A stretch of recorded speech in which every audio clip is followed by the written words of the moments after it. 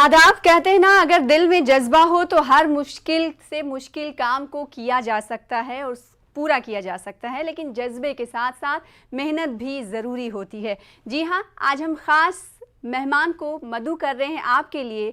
उन शख्सियात से आप भी बातचीत कर सकते हैं क्योंकि उन्होंने कुछ ऐसा ही कर दिखाया है, इसीलिए आज हमने मदऊ किया है उन्हें अपने प्रोग्राम में, ताकि आप उनसे रूबरू हो सकें और उनकी कामयाबी की कहानी को जान सकें कि किन किन मराहिल से गुजर कर उन्होंने यूपीएससी तक का सफ़र पूरा किया है और उनकी इबारत क्या है, उनका स्ट्रगल क्या है। जी हाँ, मैं बात कर रही हूँ, हालांकि जैसे कि हम जानते हैं कि यूपीएससी अब में तकरीबन 700 से ज़्यादा तलबा कामयाब हुए हैं इस मरतबा, लेकिन दो क्वालिफाइड को हमने आज मदऊ इसलिए किया है क्योंकि उनकी कहानी कुछ ऐसी है जो दुनिया को बतानी ज़रूरी है। किस तरह से मेहनत, स्ट्रगल, लगन, जज्बे, जोश के साथ उन्होंने इस कामयाबी को हासिल किया है, वो जानना ज़रूरी हो जाता है क्योंकि कामयाब इंसान के पीछे स्ट्रगल और उनका जद्दोजहद होता है। तो इस जद्दोजहद के कुछ नुकूश होते हैं, क्या वो नुकूश आपके लिए फ़ायदेमंद साबित हो सकते हैं या नहीं, ये बहुत बड़ा सवाल है। और इन तमाम चीज़ों से आपको रूबरू होना चाहिए,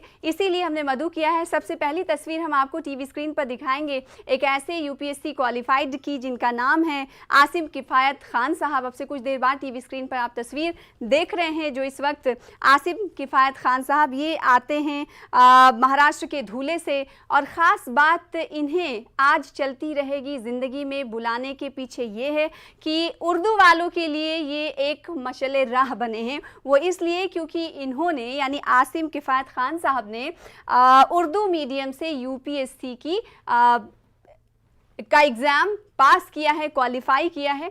तो उर्दू ज़रिए तालीम भी इनका रहा, साथ ही इन्होंने उर्दू लैंग्वेज के ज़रिए ही यूपीएससी में अपने झंडे गाड़े हैं। तो इनके मेहनत की कहानी हम सुनेंगे। दूसरी तस्वीर भी हम आपको टीवी स्क्रीन पर दिखाएंगे, वो है तस्वीर दरअसल अल्ताफ मोहम्मद शेख साहब की, जो कि टीवी स्क्रीन पर आप इस वक्त देख रहे हैं। इनकी कहानी भी कुछ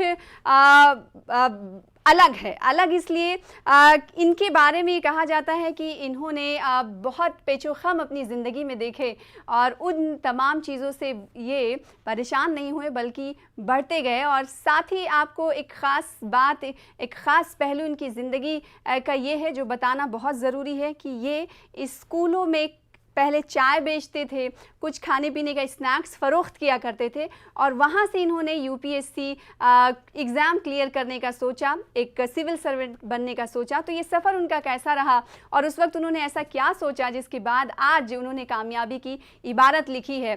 तो दोनों मेहमान से हम आपको मदऊ कराएंगे।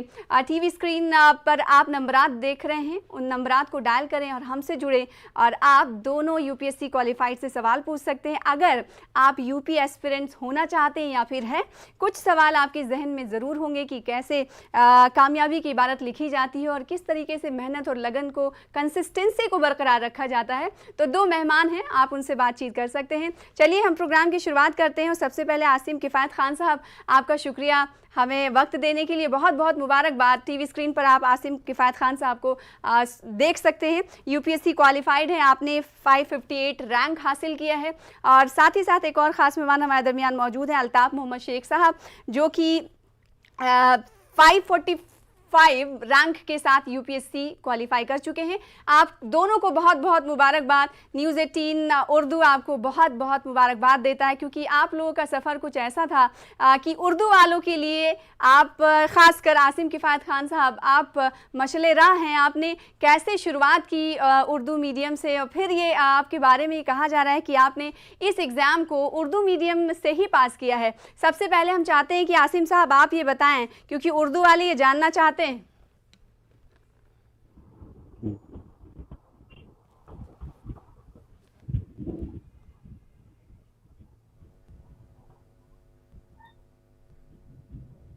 आसिम साहब, आप सुन पा रहे हैं मुझे?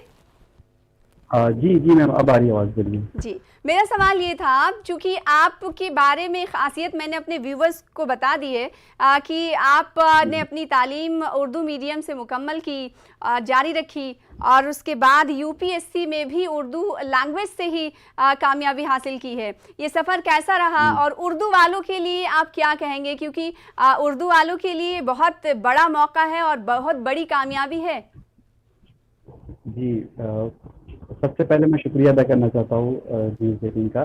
फिर मैं कहना चाहता हूँ कि ये मेरा जो सफ़र रहा है उर्दू मीडियम के लिए, जी। शुरुआती दिनों में बहुत मुश्किल रहा है, हम्म। क्योंकि किसी तरह के वसाइल दस्तयाब नहीं थे, किसी तरह की रहनुमाई नहीं थी, टेस्ट सीरीज कोचिंग अवेलेबल नहीं थी। तो जी। शुरुआत में बहुत मसले हुए, लेकिन धीरे धीरे मेहनत करके आखिर 5-6 सालों की बाद में मुझे इसमें कामयाबी हासिल हुई। वसाइल नहीं थे उसके बावजूद कैसे आपने ये किया? क्योंकि अंग्रेज़ी ज़बान में, हिंदी ज़बान में बहुत सारे सोर्सेज हैं, रिसोर्सेज हैं, वो स्टूडेंट्स जो हैं उससे इस्तेफ़ादा हासिल करते हैं, लेकिन आपके पास ऐसा नहीं था। तो क्या वो चीज़ थी जो आपको इस चीज़ पर बज़िद करती थी कि नहीं आप कर पाएंगे और आपको करना ही है? जी इसके लिए मैं कहना चाहता हूँ, मेरा 12वीं तक का जो एजुकेशन हुआ है वो उर्दू मीडियम से हुआ है। जी। उसके बाद मैंने इंजीनियरिंग की थी बायोटेक्नोलॉजी में, तो उर्दू और अंग्रेजी दोनों ज़बानों पर मुझे अबूर हासिल था। जी। इसलिए मुझे लगता था कि अगर इंग्लिश कोचिंग के मटेरियल भी मैं पढ़ूँ तो मैं उन चीज़ों को उर्दू में लिख सकता हूँ। और जिस तरह का माहौल मुझे घर से मिला है, मेरी फैमिली में मम्मी पापा भाई बहन सब वो उर्दू से एमए बीएड वगैरह है, तो इस माहौल की वजह से भी मुझे बहुत मदद मिली थी और मुझे कॉन्फिडेंस था कि इस चीज़ को, इस उर्दू मीडियम को लेकर मैं कामयाबी हासिल कर सकता हूँ। जी, तो पूरा एग्जाम आपने उर्दू मीडियम में ही लिखा। इस हवाले से मैं आपसे सवाल करूंगी। अल्ताफ शेख साहब के पास चलते हैं, जो कि इस वक्त हमारे साथ जुड़े हुए हैं। अल्ताफ शेख साहब महाराष्ट्र के पुणे से आते हैं और आसिम किफ़ायत खान साहब धुले से आते हैं, महाराष्ट्र के ही।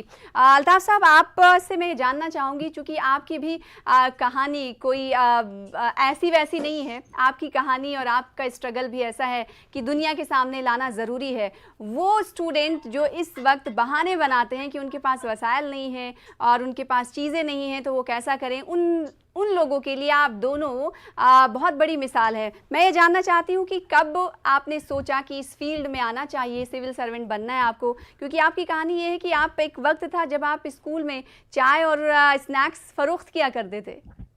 वो कौन सा वक्त था, बताइएगा हमारे व्यूअर्स को। जी मैम, मेरी आवाज़ आपको सुनाई दे रही है? जी, मिल रही है आपकी आवाज़। जी, सबसे पहले तो बहुत बहुत धन्यवाद आपका कि आपने हमें इस शो पे बुलाया। तो जो बात आपने कही चाय वगैरह वाली, तो हमारी दादी की चाय की दुकान है हमारे गांव में, काटेवाड़ी बारामती में। जी। तो हाँ, जब मतलब छोटे वगैरह थे तो कोई बाहर से ऑर्डर आ गई, कुछ आ गया तो मैं चाय लेके जाता था। हालांकि ये कोई इतनी बड़ी बात नहीं, क्योंकि घर की दुकान है तो हर बच्चा काम करता है, तो इसका मुझे लगता है कि इतनी बड़ी बात होनी नहीं चाहिए जी। क्योंकि हमसे कई ज्यादा काम तो लड़कियां घर में करती है, जिनपे काम को रिकॉग्नाइज किया ही नहीं जाता। जी, तो मैं चाहता हूँ मेरे से ज्यादा उन पे ज्यादा फोकस हो कि जो भाई घर का काम देख के, पढ़ाई देख के, सब चीजें और शादी का प्रेशर करके सिविल सर्विस में पास हुई है। क्या बात है। जी हाँ, और रही बात इसकी मैम, तो हाँ जी मैम बताइए। जी आप बोले, कंटिन्यू करें। हाँ, तो मैं ये कह रहा था कि मैं वो बात जैसे 1999 2001 मतलब ये बहुत पुरानी बात है जो आपसे अभी जोड़ी जा रही है, ये बहुत पुरानी बात है जो अभी जोड़ी जा रही है। मतलब 5th क्लास 6th क्लास के टाइम पे। हाँ, और उसमें हुआ ये कि जैसे कुछ मीडिया भाइयों ने जैसे हमारे गांव में भी कांटेक्ट किया।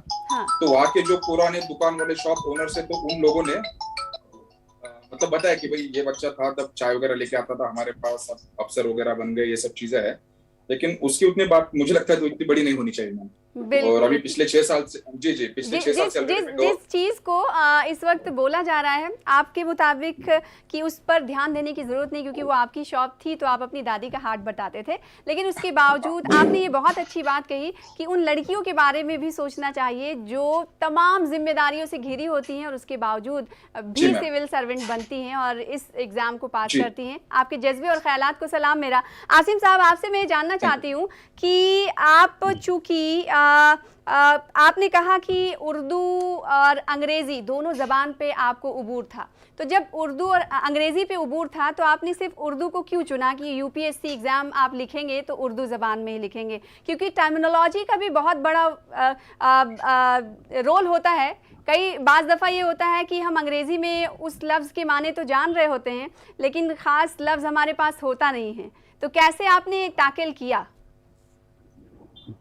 उर्दू क्यों चूज किया गया, इस बारे में मैं कहूँगा कि 2 पेपर यूपीएससी में ऐसे होते हैं, एक एसए का और एक जनरल स्टडीज कोर्स, जहाँ पर आपको अपने जज्बात, अपने ख्यालात को बेहतर तरीके से बयान करना होता है और आप अपने जज्बात को अपनी मादरी ज़बान के अलावा दूसरी ज़बान में इतने अच्छे से नहीं बयान कर सकते। जी, जिसे एथिक्स कहा जाता है शायद। जी, एथिक्स का पेपर, जीएस कोड। तो इन दोनों पेपर में मुझे मदद मिली थी। इसके अलावा मेरा जो ऑप्शन पेपर था लिटरेचर ऑफ उर्दू लैंग्वेज, तो वहाँ पर भी मुझे 2 पर्चे उर्दू में ही लिखने थे। स्क्रिप्ट का जो फ्लो होता है लिखने के लिए, उसमें भी मुझे महारत हासिल हो गई थी सारे पेपर जीएस में लिखने की वजह से। जी, बहुत सारे लोग ये जानना चाहते हैं और कंफ्यूज भी हैं आसिम साहब। मैं आपसे पूछना चाहती हूँ क्योंकि क्या पूरे पेपर्स यूपीएससी के उर्दू ज़बान में आपने लिखे, या फिर कुछ जैसा कि आप जिक्र कर रहे थे ऑप्शनल पेपर और जो एथिक्स ऐसे उसके 2 पेपर्स होते हैं वो आपने उर्दू ज़बान में लिखे? यूपीएससी के मेंस इम्तिहान में जो 9 पेपर होते हैं जी, इंडियन लैंग्वेज के 2 कंपलसरी पेपर मिलाकर, उनमें से 8 पेपर मैंने उर्दू में लिखे हैं। GS1, GS2, GS3 और GS4, ये चारों पेपर। इसके अलावा एसए का पेपर, ऑप्शनल के दोनों पेपर और इंडियन लैंग्वेज को भी मैंने उर्दू ही चुना था। तो 9 में से 8 पेपर मैंने उर्दू जबान में लिखे, और एक कंपलसरी इंग्लिश का होता है, वो तो सभी को देना ही होता है। जी, यानी आपके इस कामयाबी के बाद उर्दू वालों को तो ज़रूर एक कामयाबी की किरण नज़र आ रही होगी कि वो भी इस फील्ड में जा सकते हैं। मैं आऊँगी आपके पास। अल्ताफ शेख साहब, एक कॉलर हमारे साथ जुड़ चुके हैं, शायद वो आपसे बात करना चाहते हैं आप दोनों से। हेलो, कौन साहब इस वक्त फ़ोन लाइन पर मौजूद है? हेलो हेलो, कौन साहब, कहाँ से बात कर रहे हैं आप और क्या सवाल है आपका? ये बोल रहा था जी, हाँ, मैं टीवी राशिद खान आप आपसे गुजारिश ये है कि आप अपनी टीवी की वॉल्यूम बंद करिए, फिर उसके बाद बात करिए, तभी आपकी आवाज़ हम तक सही तरीके से पहुंच पाएगी, क्योंकि बार बार आवाज़ हमारी गूंज रही है। बोलिए, आप बोलिए। मैं राशिद खान सिवनी से बात कर रहा हूँ। जी बोलिए। तो मुझे सर से ये पूछना था कि इनने परीक्षा क्लियर करने के लिए कोचिंग भी की है, फिर सेल्फ स्टडी की है? ठीक है, आप कहाँ से बात कर रहे हैं? मैम सिवनी से। जी, सिवनी MP। अच्छा, सिवनी से कॉल किया है, MP से, मध्य प्रदेश से कॉलर हैं अल्ताफ साहब। वो कह रहे हैं कि क्या आपने बजाते खुद पढ़ाई की है या फिर किसी कोचिंग का सहारा लिया है, और क्या कि अगर सेल्फ स्टडी करते हैं तो यूपीएससी में क्वालिफाई कर सकते हैं? मैम, इसमें कोई तो ऐसा इशू होना नहीं चाहिए, क्योंकि मैं ऑलरेडी 6 साल से गवर्नमेंट सर्विस में था। तो मैंने जो अपनी प्रीलिम्स वगैरह की पढ़ाई की वो मैंने सीतापुर डिस्ट्रिक्ट उत्तर प्रदेश में की है मैम। अच्छा। और सेल्फ स्टडी थी, और क्लासेस की बात रही तो उतना टाइम पॉसिबल है नहीं कि जॉब में क्या क्लास लगाए। जी, तो सेल्फ स्टडी से आप आराम से कर, बस ये कि आपको जी, अभी आप एक इंटेलिजेंस ऑफिसर भी हैं, उसके बावजूद आप कैसे वक्त निकाल पाए कि दोबारा आपको एग्जाम देना है और फिर उसके बाद अच्छे रैंक्स लेकर आने हैं? अब इसमें तो ऐसा है कि मैम, जब आप काम करते हो तो आपको उस तरह से मैनेज करना है कि आपको अपना समय मिले। और जैसे सुबह का भी समय रहता है, शाम का भी समय रहता है, उस टाइम तो हम पढ़ाई करते हैं। और जब जैसे फॉर एग्जांपल आप अगर प्रीलिम्स पास होते हो तो उसके बाद 1-1.5 महीने की छुट्टी लेके फिर हम दिल्ली गए थे मैम वहाँ पढ़ाई करने के लिए, क्योंकि सीतापुर जैसी जगह पे टेस्ट सीरीज वो अवेलेबल हो नहीं पाती है जी मेंस के लिए। हाँ, तो उतना टाइम तो बाहर जाना पड़ेगा। आप सीतापुर में पोस्टेड रहे हैं? मैम, मेरी ट्रांसफर हो चुकी है इसी साल, तो मैं अभी महाराष्ट्र में आ गया हूँ। ठीक है। आप आसिम किफायत साहब, आप बताइए कि एक यूपीएससी एस्पिरेंट के लिए कोचिंग का सहारा लेना कितना ज़रूरी होता है, या सेल्फ स्टडी अगर बहुत ही जोश जज्बे और लगन के साथ की जाती है तो उसमें भी कामयाबी हासिल की जा सकती है उससे भी? कोचिंग का जहाँ तक ताल्लुक है, तो चूंकि इस वक्त हिंदुस्तान में उर्दू मीडियम के लिए पूरी तरह कोचिंग अवेलेबल नहीं है, लेकिन मैं 2-3 कोचिंग इंस्टीट्यूट से जुड़ा हुआ हूँ, जिसमें हज कमेटी मुंबई में मैं रहा हूँ। मेरी प्रिपरेशन की शुरुआत वहाँ से हुई है। वहाँ पर रेसिडेंशियल कोचिंग एकेडमी है। इसी के साथ दिल्ली में जामिया मिलिया इस्लामिया की रेसिडेंशियल कोचिंग एकेडमी है। तो इन दोनों जगहों पर मेरी कोचिंग हुई है। लेकिन उसमें उर्दू मीडियम के लिए मुझे सेल्फ स्टडी पर भी बहुत ज्यादा फोकस करना पड़ता था। तो कोचिंग की रहनुमाई आपके लिए जरूरी होती है, लेकिन साथ में आपकी सेल्फ स्टडी भी बहुत जरूरी है। बिल्कुल। लेकिन आपको तो दोहरी मेहनत मेरे ख्याल में करनी पड़ती होगी। क्लासेस या फिर बुक्स जो अवेलेबल थी वो अंग्रेजी में थी, आप उन्हें पढ़ते होंगे, फिर उनके नोट्स उर्दू में बनाते होंगे। जी, मेहनत दोहरी तो नहीं कहूँगा मैं, लेकिन कुछ 10-20% ज़्यादा मेहनत दूसरों से तो करनी ही पड़ती है इस चीज़ में, कि आपको पढ़ना सारे सोर्सेज इंग्लिश में होते हैं, और राइटिंग प्रैक्टिस के लिए आपको टर्मिनोलॉजी कुछ ढूंढनी पड़ती है। कुछ PIB की वेबसाइट आती है, वहाँ से योजना मैगजीन आपको उर्दू में पढ़नी पड़ती है। तो इन चीज़ों की और ज़्यादा मेहनत करनी पड़ती है। तो यानी अब उर्दू वाले भी यूपीएससी क्लियर कर सकते हैं उर्दू ज़बान में? जी बिल्कुल बिल्कुल। अल्ताफ साहब, मैं आपके पास आऊँ। आपने कहा 5-6 सालों से आप तो इस सर्विस में हैं, उसके जी बावजूद मैम। भी आपने क्या वो चीज़ रही, क्या इन 5-6 सालों में आपने इससे पहले भी ट्राई किया, या फिर ये सर्विस लगने के बाद आपका ये पहला अटेम्प्ट था? नहीं मैम, ये तो मेरा पहला अटेम्प्ट नहीं था, ये मेरा छठा अटेम्प्ट था। हम्म। और पिछले साल भी मैं इंटरव्यू के लिए था, बट 11 मार्च से मेरी रैंक रह गई थी। और जैसा था कि मतलब बचपन से ये ख्वाब मैंने और मेरे अब्बा ने साथ में देखा था। तो अब्बा का इंतकाल 2017 में हुआ था, तो जाने से पहले मतलब उन्होंने ये कहा था कि भाई मुझे देखना है कि तुम्हें यूनिफॉर्म में। तो वही चीज मेरे मैम दिमाग में रही कि भाई जब तक रिजल्ट नहीं आएगा तब तक सुकून से सोगा नहीं। तो वो चीज रही मैम, इसलिए मैंने किया पढ़ाई। पढ़ाई करते करते कभी कभी डीमोटिवेट भी इंसान हो जाता है, तो ऐसे वक्त जी। में क्या करते हैं यूपीएससी एस्पिरेंट्स, और आप लोगों ने क्या किया? अभी मेरी अगर बात कही जाए मैम, जब ये डिमोटिवेट होता हूँ मैं तो किसी अच्छे होटल में जाके बढ़िया से खाना खाता हूँ मैं। हाँ। और उसके बाद फिर कहीं सिनेमा हॉल होगा तो वहाँ सिनेमा देखूंगा, और रात में आके फिर कॉल ऑफ द ड्यूटी नाम की गेम है कंप्यूटर वाली, तो गेम खेलूंगा बस। तो डीमोटिवेट होने के बाद ये मंत्र है, अगर जिसको जो पसंद है वो कर सकता है। एक कॉलर और जुड़ चुके हैं जो आप दोनों से बातचीत करना चाहते हैं, उन्हें शामिल कर लेते हैं अपने प्रोग्राम में। हेलो, कौन सा, आप कहाँ से बात कर रहे हैं? जी मैम, मैं मोहम्मद आमिर बोल रहा हूँ। मोहम्मद आमिर, कहाँ से बात कर रहे हैं? जी, धुलिया सिटी से बोल रहा हूँ मैम। धुले से बोल रहे हैं? अरे आपके धुले का नाम जो है दुनिया के सामने और हिंदुस्तान के सामने लाने वाले आसिम साहब हमारे दरमियान हैं। उन्हें मुबारकबाद भी आप दे सकते हैं, और अगर आप उनसे कुछ सवाल करना चाहते हैं तो पूछ सकते हैं। जी, पहले तो मैं आसिम भाई को और अंसार भाई को दोनों को बहुत बहुत मुबारकबाद देना चाहता हूँ। अल्लाह ताला इनको हर जगह से ही कामयाब करे, बहुत बुलंदी पर लेकर जाए। और मैं आसिम भाई से खासतौर से ये बोलना चाहता था कि आपने जो मतलब हमारे दुनिया का नाम रोशन किया है, इसी तरीके से बहुत सारे बच्चे ख्वाहिशमंद है हमारे शहर में, जो चाहते हैं कि वो भी आपकी तरह कोई मतलब चमकता सितारा बन जाए। तो मैं उनसे ये रिक्वेस्ट करता हूँ कि वो आने वाले आपके जो औकात रहेंगे वो उसके फुर्सत के औकात में आप इन्हें भी वक्त दीजिए। हम आपसे कांटेक्ट करने की कोशिश करेंगे। हम आपसे रिक्वेस्ट करते हैं आप हमें टाइम दीजिए, हमारे बच्चों को गाइड कीजिए। बिल्कुल, बहुत बहुत इसका आपका शुक्रिया होगा। ठीक है आसिम साहब, ये आपके लिए और अल्ताफ साहब आपके लिए भी ये कॉल था कि आपने तो बुलंदियां छू ली हैं। अब उन लोगों को जो आपकी तरफ मुंतजिर हैं, मुंतजिर निगाहों से देख रहे हैं, उनके लिए आप लोगों का क्या टेक होगा? आसिम साहब, सबसे पहले आपका रिएक्शन।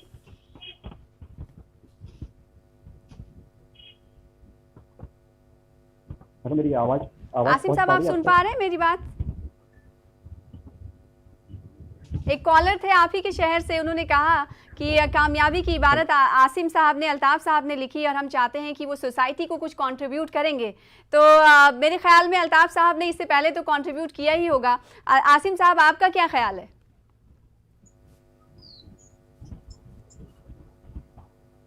आसिम साहब, आपको आवाज मिल रही है? आसिम, आपको आवाज मिल पा रही है मेरी? शायद आप तक आवाज नहीं आ पा रही है मेरी। अल्ताफ साहब, आपका क्या ख्याल है इस पर? जी मैम, क्या आप मेरी आवाज सुन पा रहे हैं? जी जी, मैं सुन पा रही हूँ। हाँ हाँ मैम, तो मैं ये कहूँगा कि जैसे अभी हम जो मतलब पढ़ाई कर रहे थे मेंस के लिए, इंटरव्यू के लिए, तो हमारे एक सीनियर, बहुत ही सीनियर अफसर है आईपीएस महेश भागवत सर, जो इस समय तेलंगाना रचकोंडा के कमिश्नर साहब हैं जी। तो उन्होंने मतलब जैसे ग्रुप बनाया था जैसे मेंस एग्जाम के लिए, इंटरव्यू के लिए, तो मैं बहुत खुशी से कहना चाहूंगा मैम कि उस ग्रुप में से लगभग 131 लोग इस बार सिविल सर्विस पास कर चुके हैं। क्या बात है। हाँ, तो वही जैसे मतलब सर ने हमें गाइडेंस दिया, डायरेक्शन दी, तो उसी सर के मार्ग पे हम चलने की मैम कोशिश करेंगे। और किसी को अगर जरूरत होती है किसी तरह की गाइडेंस या किसी चीज की, तो आप मतलब फेसबुक या इंस्टाग्राम, उस पर तो आप कनेक्ट कर ही सकते हो। बिल्कुल बिल्कुल। और इन तमाम लोगों से, यानी कहा जा सकता है जैसे कि आपने एग्जांपल दिया अवतार साहब कि इस फील्ड में आने के बाद बड़े ओहदे पर लोग फायज हो जाते हैं, तब तक वो लोगों की मदद करते रहते हैं और खिदमत का जज्बा लिए है इस फील्ड में आते हैं। आसिम साहब, आप मुझे सुन पा रहे हैं? आसिम साहब, आप मुझे सुन पा रहे हैं? शायद उन तक आवाज नहीं आ पा रही है। अल्ताफ साहब, मैं आपके पास ही आती हूँ। आप जब इस फील्ड में आने का सोच रहे थे तो उस वक्त क्या जज्बा था? हालांकि लोगों का यही ख्वाब होता है कि वो इस फील्ड में आए और खिदमत खल्क करें, लोगों की दुआएं लें, लोगों के काम आए। आपका क्या मकसद था? मैम, सबसे पहले मतलब जब उस टाइम 2008 की बात है, मैं 12th पास कर चुका था, तब आप पता होगा कि बहुत बड़ा मतलब स्लो डाउन आया था इकोनॉमी में। तो उस समय तो मतलब शुरुआती दौर था, तो लगा कि भाई ऐसी एक स्टेबल जॉब रहे भाई, जिससे कुछ काम कर पाए। जी। और बाकी उसके बाद फिर जैसे हमने मतलब अभी जिस प्रेजेंट डिपार्टमेंट में आया हूँ मैं, तो उसमें आने के बाद एक हमें मौका अच्छा मिला कि हम लोगों को सुन पाए, मतलब अलग अलग तबके के लोग, जैसे किसान हो गए, आपके स्टूडेंट हो गए, अलग अलग कौम की रियासतों वाले लोग हो गए। जी। तो उस समय मतलब हमारा काम था कि भाई इनकी जो बातें हैं हमें मतलब गवर्नमेंट तक पहुंचानी है। जी। तो तब लगा कि भाई अभी हम तो बस सिर्फ बात पहुंचाने का काम कर रहे हैं, कि हो सकता है कि फ्यूचर में इस मिशन पे जाके हम उनका कुछ काम करें। तो वही मैम दिमाग में था, तो हमने कहा कि भाई यूपीएससी से जो भी मिल जाएगी पोस्ट कर लेंगे, उससे अपना काम किया जाएगा। मैम बिल्कुल। आसिम साहब, आप मुझे सुन पा रहे हैं? शायद आप तक आवाज़ मेरी पहुंच पा रही होगी। व्यूवर्स आप लोगों को देख रहे हैं और कई कॉलर्स भी हमसे जुड़ चुके हैं। हमें चाहते हैं कि लोग ये जानें कि आप लोगों का सफ़र ये कैसा रहा, कितने घंटे आपने पढ़ाई की। एक कॉलर और जुड़ चुके हैं, उन्हें शामिल कर लेते हैं अपने प्रोग्राम में। हेलो, कौन साहब, कहाँ से? हेलो। हेलो जी, कौन साहब, कहाँ से बात कर रहे हैं? हाँ, मैं पलटन से असलम भाई मोदी बात कर रहा हूँ। ठीक है असलम साहब, पलटन से कॉल कर रहे हैं, आपका क्या सवाल है?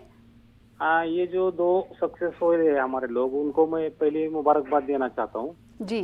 और जो नए बच्चे हैं अभी पढ़ने वाले, उनके लिए इनका क्या मैसेज है? ठीक है अल्ताफ साहब और आसिम साहब, मैसेज क्या देना चाहेंगे जो बच्चे सोच रहे हैं या फिर जो बच्चे स्ट्रगल अभी कर रहे हैं? हेलो। ठीक है असलम साहब का सवाल ये था। मैम सबसे पहले तो जो असलम साहब का फोन आया वो मेरे अब्बा के दोस्त है। अरे वाह। हाँ। तो मतलब बहुत बहुत शुक्रिया पहले तो उनको कि आपने हमें मतलब शुभकामनाएं दी। तो जैसे बच्चों के लिए मैं तो मैम यही कहूंगा कि आप ख्वाब देखना चाहिए, क्योंकि सपने सच होते हैं मैम। बिल्कुल। और लोगों का ज्यादातर ऐसा होता है कि बड़े सपने देखने के लिए लोग सोचते हैं कि यार हमारा बैकग्राउंड ऐसा है कि हम इस बैकग्राउंड से हमें कुछ नहीं मिलेगा। हाँ। या फिर किसी तरह के प्रिजुडाइसेस दिमाग में रहते हैं कि भाई हम उस स्टेज तक जाए तो हमें हमारे बैकग्राउंड की वजह से बाहर निकाला जाएगा। तो मैम ऐसी कोई चीज बात रहती है, इसके लिए क्या कहेंगे आप कि एक खास कम्युनिटी से बिलोंग करते तो हो सकता है उनके साथ भेदभाव किया जाए। जो लोग ये सोचते हैं उनके लिए क्या पैगाम है आपका? उनके लिए मैम मैं ये कहूंगा कि आप जब तक पानी में उतरोगे नहीं तब तक आपको गहराई पता नहीं चलेगी। क्या बात है। आसिम साहब, लास्ट कमेंट आपका क्या होगा अगर आपको आवाज मिल रही होगी? लास्ट कमेंट क्या है आपका? कितने घंटे पढ़ाई करें तो यूपीएससी में झंडे गाड़े जा सकते हैं? किसी भी जबान से पढ़ाई करें, आपको इसमें कामयाबी जरूर मिल जाएगी। कितने घंटे तालीम हासिल करें, कितने घंटे आप दें? एक यूपीएससी एस्पिरेंट को कितना वक्त देना चाहिए पढ़ाई पर? जी, इसके बारे में मैं कहना चाहता हूँ कि अगर आप फुल टाइम के लिए प्रिपेयर कर रहे हैं तो 8 से 10 घंटा कम से कम आपको रोजाना इसके लिए पढ़ाई करनी रहती है। 8 से 10 घंटा रोजाना पढ़ाई करने की जरूरत है। बहुत शुक्रिया आप दोनों का, आप ऐसी तरक्की करते, न्यूज़ 18 यही दुआ गो है और खिदमत खल्क करते रहें, लोगों के काम आते रहें। बहुत शुक्रिया हमारे साथ जुड़ने के लिए। प्रोग्राम चलती रहेंगी, जिंदगी में बस इतना ही। मुझे दीजिए इजाजत, आदाब।